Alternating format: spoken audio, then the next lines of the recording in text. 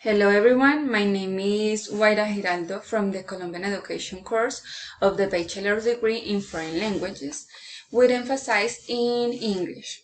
And with this video, I share with you my opinion in response to the question posed in activity number 2, and based on the reading of Mejia, 2006, Bilingual Education in Colombia. The question is, how far bilingual education programs for majority language speakers in Colombia today are actively helping towards the creation of a more understanding and more tolerant society, and not only providing a way to better jobs and a higher standard of living for the graduates? In the first place, it is important to highlight that if the men's bilingual promotion program relates bilingualism only to the learning of English, it is evident that the protagonism will go to the teaching of English. Given globalization and the fact that the companies offering the best job opportunities are foreign and whose intermediate language of communication is English, since it offers the best salary for less time invested and therefore a better quality of life.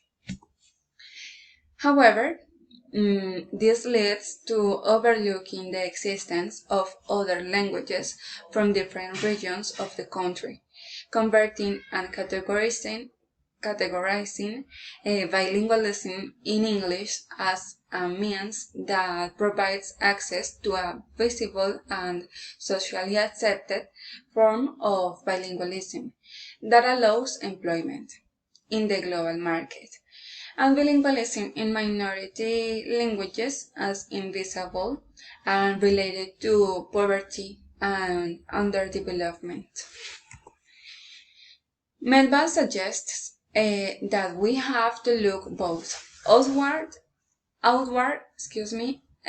globalized world and inward to local complexities, which I agree with because the same thing happens with tourism in Colombia.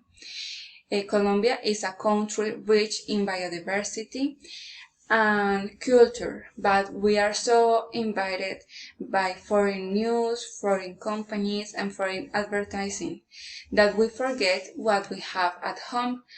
As the reading said, the recognition of linguistic and cultural diversity of our world leads to recognizing the importance of respecting the other. On the other hand, a study in 2000 by Hilda Buitrago identified that the lack of clear institutional policies regarding cultural aspects led to confusion and improvisation among teachers as to how to handle cultural issues in their daily classroom practice. So, according to the question, I consider that bilingual education programs for speakers of majority language in Colombia contribute little to the creation of an understanding and tolerant society, because they are not included in the curriculum of the people. They do not promote the approach to the different communities within the country and do not give priority to the geographical and cultural education of the country. According to the reading, this can be improved by five aspects. Adopting a critical perspective, development of bilingual education program in the public sector, development of intercultural and coherent institutional policies, revaluation of the role of Colombia bilingual teachers, and understanding of the basic principles and bilingual education to help to improve the recognition and appreciation of linguistics and cultural diversity in the country. In conclusion, our role as teachers is very important both individually and collectively. And in order to improve the history of Colombia, we must improve the way we approach education.